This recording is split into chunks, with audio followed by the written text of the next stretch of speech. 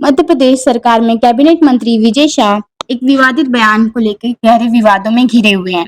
उन्होंने भारतीय सेना की शेरनी और ऑपरेशन सिंदूर में सेना का चेहरा रही कर्नल सोफिया कुरैशी को आतंकवादियों की बहन कहा है। उन्होंने कहा, तुम्हारी बहन को भेज के तुम्हें सबक सिखाया गया है। इस पे राजनीतिक बवाल खड़ा हो गया है। आम लोग और सोशल मीडिया में भी मंत्री की बयान को जमकर आलोचना हो रही है। हालांकि मामले को बढ़ते देख मंत्री ने माफी मांग ली है, पर क्या इस पे पीएम नरेंद्र मोदी कुछ नहीं कहेंगे?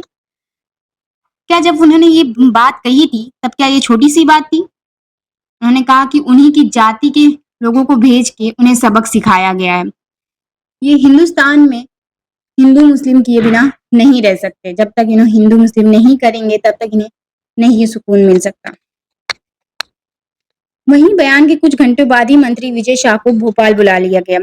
बीजेपी कार्यालय में संगठन महामंत्री हितानंद शर्मा ने उनसे बंद कमरे में मुलाकात की और फिर उन्होंने कहा कि सोफिया कर्नल जो हैं वो मेरी भी बहन जैसी हैं।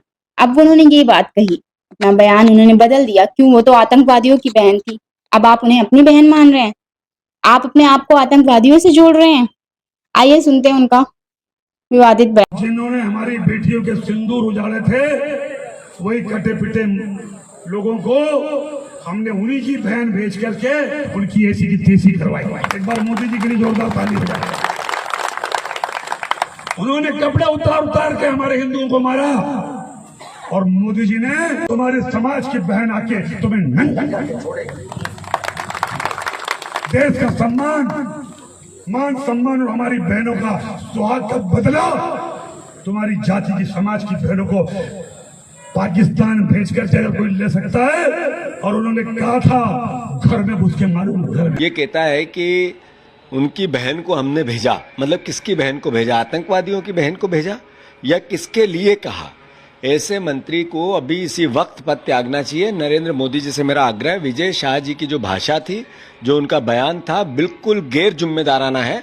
और इस वक्त जब देश एकजुट है, एक साथ है और पाकिस्तान के खिलाफ एक एक नागरिक खड़ा हुआ आपके नेतृत्व में, मोदी जी के नेतृत्व में, मैं मानता हूं ये बयान भारतीय जनता पार्टी को स्पष्ट करना पड़ेगा कि ये